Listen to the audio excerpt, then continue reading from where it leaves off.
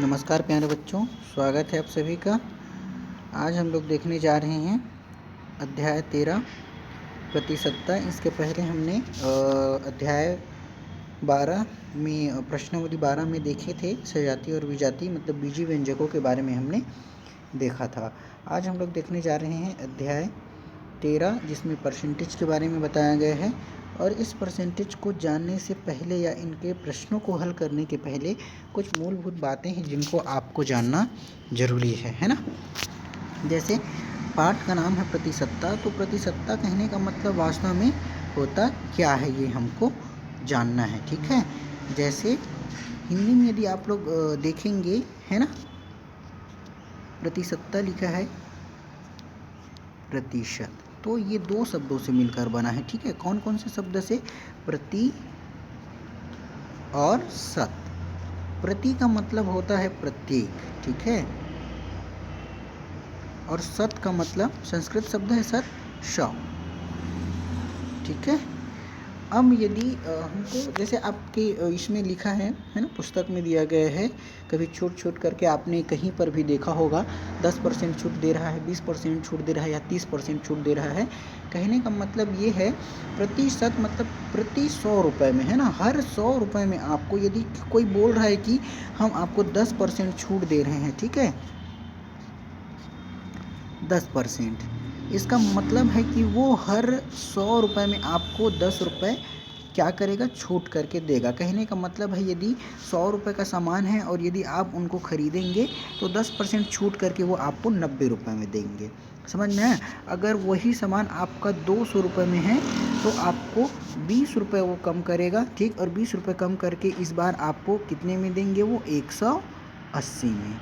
समझ में आया? इस तरीके से वो छूट कहने का मतलब ये है, सॉरी छूट नहीं, प्रतिशत कहने का मतलब हमको इसी तरीके से लेना है ना। यहाँ पर हम लोग छूट के बारे में नहीं पढ़ रहे हैं क्या होता है छूट करके, यहाँ पर हम लोग देख रहे थे कि परसेंटेज का मतलब क्या होता है करके। तो ये समझ में आया। प्रतिशत कहने का मतलब प्रति अर्थात प्रत्येक, और शत मतलब 100 अर्थात हर 100 रुपये में आपको। अब मान लीजिए कहीं पर 50% बोलता है ना, कहीं पर आप लोग सुने होंगे 50% कहने का मतलब सीधा सीधा आधा। आपको बोलेगा कि हम आपको आधे रेट में देंगे, इसका मतलब ये है कि वो आपको 50% क्या करेंगे? छूट देंगे। और जब 50% छूट देंगे कहने का मतलब ये है कि आपको उस 100 रुपये में, ठीक है, अगर आपको 100 रुपये का सामान है तो केवल आपको 50 रुपये ही उसको क्या करना पड़ेगा? पे करना पड़ेगा। समझ में आया? तो इन्हीं से संबंधित हम लोग सवालों पर क्या करने वाले हैं? चर्चा करने वाले हैं। यदि आप लोग देखेंगे कि जैसे मान लीजिए कोई सामान 50 रुपये का है और यदि आपको बोला गया कि हम इसमें आपको 10% छूट देंगे, ठीक है। अब 10% छूट देंगे कहने का मतलब ये है यदि वो क्या बोलते हैं, सामान 50 रुपये का है और यदि आपको 10% छूट दे दिया गया तो 50 का 10% इस तरीके से आप लोग निकालोगे, ठीक है। इसका मतलब कितना? 5। तो आपको 5 रुपये कम पड़ेगा, और जब 5 रुपये कम पड़ेगा तो वो सामान आपको 45 रुपये में मिलेगा। समझ में आया बच्चों? ठीक। अब यदि आगे हम लोग बात करेंगे कि परसेंट की जो आवश्यकता है, ठीक है, इसका जो ज़रूरत क्यों पड़ता है, इस पर यदि हम लोग बात करेंगे, ठीक है। तो यदि हम आपको बोलेंगे, मान लीजिए है ना, 2 बच्चे हैं, ठीक है, समझना आप बातों को, ठीक। 2 बच्चे हैं, एक राम है और एक श्याम है। यदि राम को, ठीक है, किसी परीक्षा में 10 में से, ठीक है, 10 में से कितने नंबर मिले? 8 नंबर, ठीक है।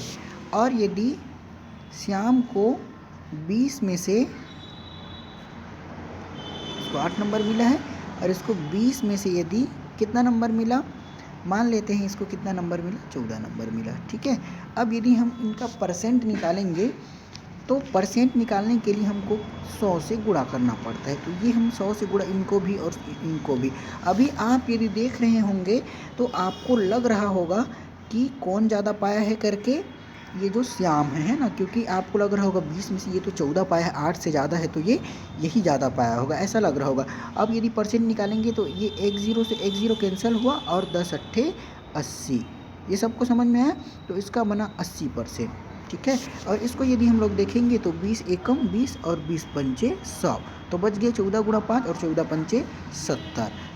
तो कौन हुआ परसेंट में ज़्यादा? ये राम वाला। इसका मतलब ये है कि हम परसेंट में, है ना, किसी भी चीज़ को कम या अधिक कौन है, या फिर अच्छा या ख़राब कौन है, या किसकी गुणवत्ता अच्छी है, ये क्या कर पाते हैं, बता पाते हैं। कहने का मतलब हमको एक कम और एक ज़्यादा वाला बात जहाँ पर आता है, या फिर दोनों में यदि तुलनात्मक रूप से हमको क्या करना रहता है, छांटना रहता है, तब हमको इस तरीके का क्या करते हैं, उपयोग करते हैं। कहने का मतलब प्रतिशतता में हम लोग, है ना, कम या ज़्यादा को बता पाते हैं। जैसे आपको लग रहा होगा कि यहाँ पर जो राम का जो अंक है वो तो क्या है, कम है ना, 10 में से 8 पाया है।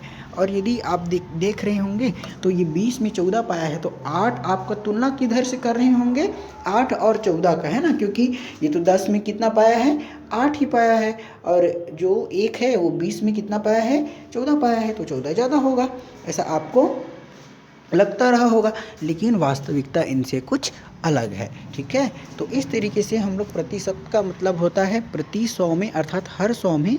और ये जो है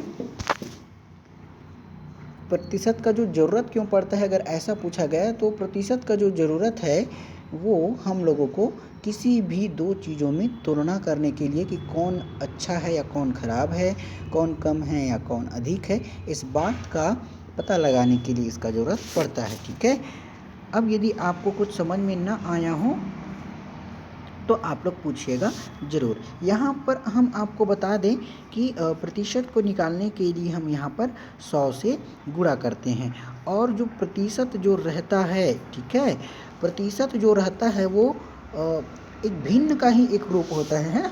भिन्न में आपने देखा है, भिन्न में अंश और हर रहते हैं। ठीक है, हम आपको बताए थे शायद भिन्न के बारे में, अंश और हर, अंश कहाँ से आया और हर कहाँ से आया, है ना, कहते किसे हैं।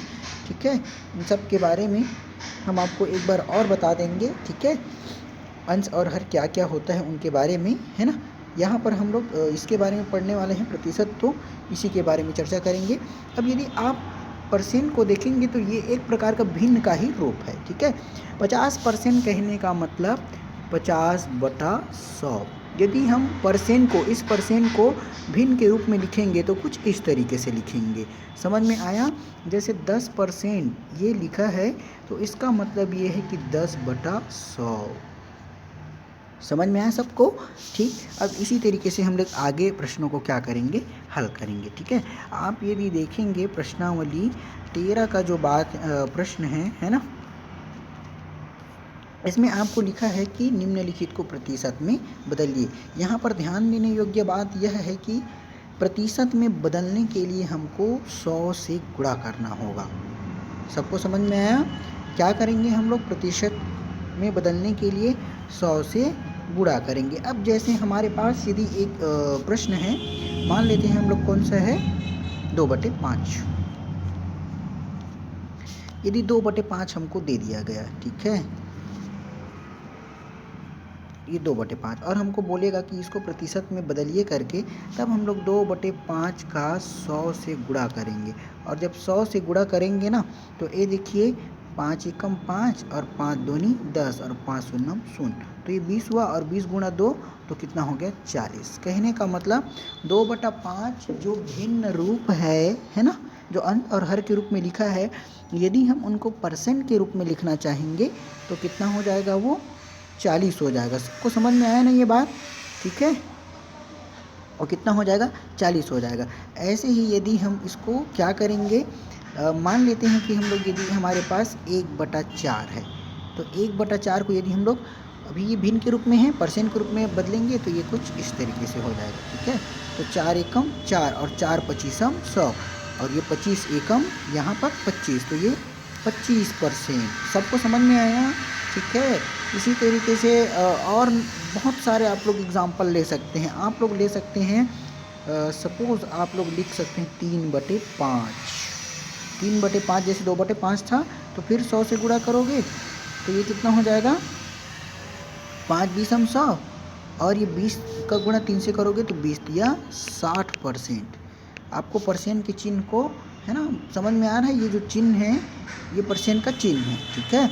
इस तरीके से लिखना है। ऐसे ही आपके पास बहुत सारे एग्जाम्पल आप लोग ले सकते हैं। सपोज़ आप लोग लिख सकते हैं 3/20, ऐसा भी लिख सकते हैं।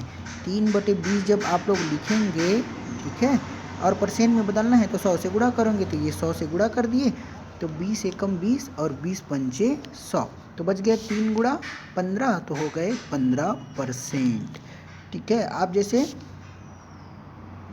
2/50 ले लिए, ठीक है, 2/50 लेंगे और 100 से जब गुणा करेंगे तो 50 एकम 50 और 50 दूनी 100, तो बच गया 2 गुणा 2, तो हो गया 4%। यहाँ पर हम आपको एक बात बता दें कि आपको सबको पता होगा, ठीक है, कि जब कभी भी बटे में 1 आ जाता है, कहने का मतलब हर में 1 हो जाता है, तब हम लोग उसको छोड़ सकते हैं, उसको लिखा नहीं जाता। उसी के वजह से यहाँ पर आप देखे होंगे तो 50 एकम 50 तो हम किए, है ना, बटे में 1 आया तो उसको हमने क्या किया, छोड़ दिया, उसको लिखे नहीं तो आप लोग बोलते 4/1 आया, 4/1%, है ना, और 4/1% कहने का मतलब 4, जब कभी भी, है ना, हर में 1 आ जाता है तो उसको लिखा नहीं जाता। यदि हम लोग गुणा कर रहे हैं तो गुणा में 1 आता है, क्योंकि अगर किसी संख्या को यदि आप 1 से भाग देंगे तो वो मान वही आता है, पहली बात, इसलिए नहीं लिखा जाता। दूसरी बात यह है कि यदि आप किसी संख्या को 1 से गुणा करते हैं तो वही संख्या प्राप्त होता है, इसीलिए गुणा करते समय भी हम लोग 1 को क्या कर सकते हैं, स्किप कर सकते हैं, ठीक है बच्चों। तो ये परसेंट निकालने के लिए है। अब यदि हम लोग प्रश्नों पर बात करेंगे, इसमें का जो दिया गया प्रश्न है उस पर बात करेंगे, ठीक है। 3/2 को किस में बदलिए, परसेंट में या प्रतिशत में बदलिए। तब हम लोगों को क्या करना होगा, इसको 3/2 को प्रतिशत में बदलने के लिए, ये देखिए 3/2 है तो 100 से गुणा करेंगे, तो ये देखिए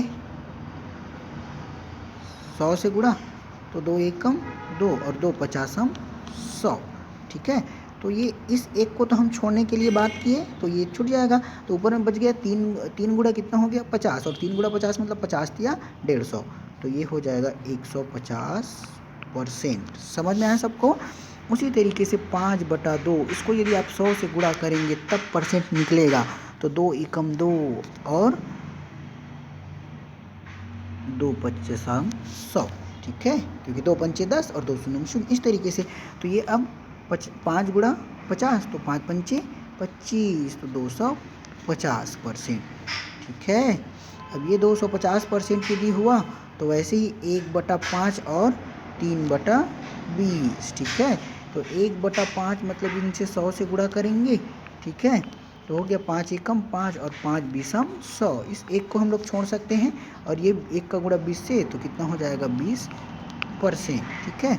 और वैसे ही 3 का गुणा 20 से, ठीक है, 3/20 का गुणा 100 से करेंगे, ठीक है, 3/20 का गुणा यदि हम लोग 100 से करेंगे तो 20 एकम 20 और 20 पंचे 100, तो बच गया 3 गुणा 5 मतलब 15%। अब ऐसे जितने भी सवाल आएंगे, है ना, भिन्न में, चाहे वो छोटा भिन्न हो चाहे बड़ा हो, है ना, सारे के सारे प्रश्न आपके ऐसे ही बनेंगे, ठीक है बच्चों। अब हम लोग आगे यदि देखेंगे, ये भिन्न वाला समझ में आया सबको, हमको क्या करना रहेगा, 100 से गुणा करना रहेगा यदि हम लोग प्रतिशत में बदलना है तो। अब आपको दिया गया है दूसरा, निम्नलिखित प्रतिशतों में प्रत्येक को भिन्न में व्यक्त कीजिए। अब देखिए हम लोग अभी देखें तो किस में बताने के लिए बोले हमको, क्या बोलते हैं, भिन्न को प्रतिशत में। अब यदि हम लोग देखेंगे तो प्रतिशत को भिन्न में देखने वाले हैं, और प्रतिशत को भिन्न में देखने से पहले हम एक एग्जाम्पल देख लेते हैं, है ना। देखिए एग्जाम्पल में क्या रहेगा, सपोज़ हम लोगों को दे दिया मान लीजिए 40%, तो 40% कहने का मतलब ही है 100 में 40, कहने का मतलब 40/100, इस तरीके से। अब इसको हल करना है तो 1 0 से 1 0 काट दिए तो बच गया 4/10। अब यदि आप इनको ऑल हल करना चाहेंगे तो 2 दूनी 4 और 2 पंचे 10, ये इसका भिन्न रूप है।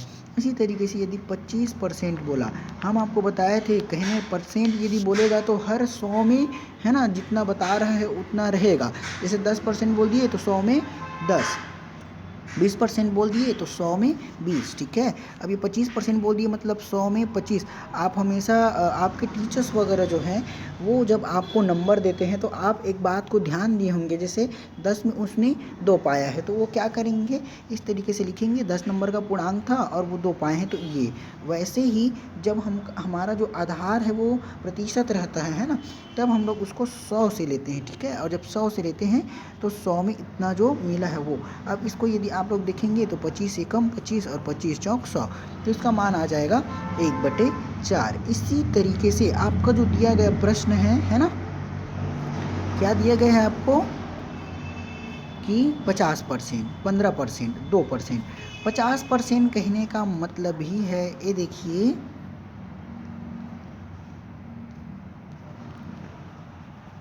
50/100 कहने का मतलब 100 में 50। अभी 50% मतलब 100 में 50, तो ये 1 0 से 1 0 कैंसिल, तो बच गया 5/10, तो 5 एकम 5 और 5 दूनी 10, तो हो गया 1/2। तो इसका भिन्न रूप क्या हो जाएगा, 1/2, ठीक है। अब यदि आप लोग इसके 15% पर यदि बात करेंगे, है ना, तो 15% कहने का मतलब 100 में 15, ये 100 है और 100 में कितना मिल जाएगा इसको, 15। अब यदि हम लोग कटाना देखेंगे तो ये 5 से जाएगा, 5 तिया 15 और 5 बीसम 100, तो इसका मान आ जाएगा 3/20। और यदि 2% को देखेंगे तो 100 में 2, तो ये हो गया, तो 2 एकम 2 और 2 पचासम 100, तो 1/50। तो इस तरीके से बच्चों आप लोगों को सवाल को हल करना है ना। आप लोगों को बारी बारी जितने भी सवाल दिए गए हैं उन सभी प्रश्नों को आपको अभ्यास, है ना, घर में बार बार करना है। अगर ये आपको कहीं पर भी समझ में नहीं आता तो आपको इस वीडियो को दोबारा देखना है, ताकि वो चीज़ें आपको आसानी से समझ में आ जाए, है ना। और यदि किसी को कोई कहीं पर भी दिक्कत है तो आप लोग डायरेक्ट ग्रुप में शेयर कर सकते हैं, है ना, कि हम लोगों को ये वाला टॉपिक समझ में नहीं आया तो हमें ये समझाइए, है ना। हम वहाँ पर ज़रूर आप लोगों को बताएंगे, ठीक है। और आगे इसी तरीके से हम लोग प्रश्नों को पढ़ने वाले हैं। जैसे प्रश्नावली 13 है, अब 13 का यदि आप लोग यहाँ तक हम लोग देख लिए, अब तीसरा चौथा को यदि आप लोग देखेंगे तो ये जो सवाल जो दिया गया है 360 रुपये का 60% है ना, यदि आप बना सकते हैं तो इसको देखेंगे तो ये 360, जैसे आपने का मतलब होता है गुणा, और 60% मतलब 100 में 60 कहने का मतलब 60/100, तो ये 2 0 यहाँ पर से ये कैंसिल हो गया और बच जाएगा 6 छक्के 36 की, 6 हासिल 3 और 6 × 18 और 3 21, ठीक है। तो आंसर आ जाएगा 216, ठीक है। तो इसको आपको, ये गणितीय रूप है तो आपको सिस्टमेटिक ढंग से लिखना है कि 360 रुपये का 60% ज्ञात कीजिए करके लिखा है, तो हम लोग लिखेंगे 360 का 60%, ठीक है। फिर लिखेंगे 360 गुणा 60/100, फिर ये आगे वाला मान, तब आपका मान आ जाएगा। बिल्कुल इसी तरीके से आपको 480 किलोग्राम का 15% वाला सवाल को हल करना है। आप सभी बना के देखिएगा यहाँ तक, है ना। कहीं पर भी अगर कोई दिक्कत होगा तो दोबारा पूछिएगा। अगले भाग में हम लोग इसके आगे के प्रश्नों पर चर्चा करेंगे, ठीक है। धन्यवाद।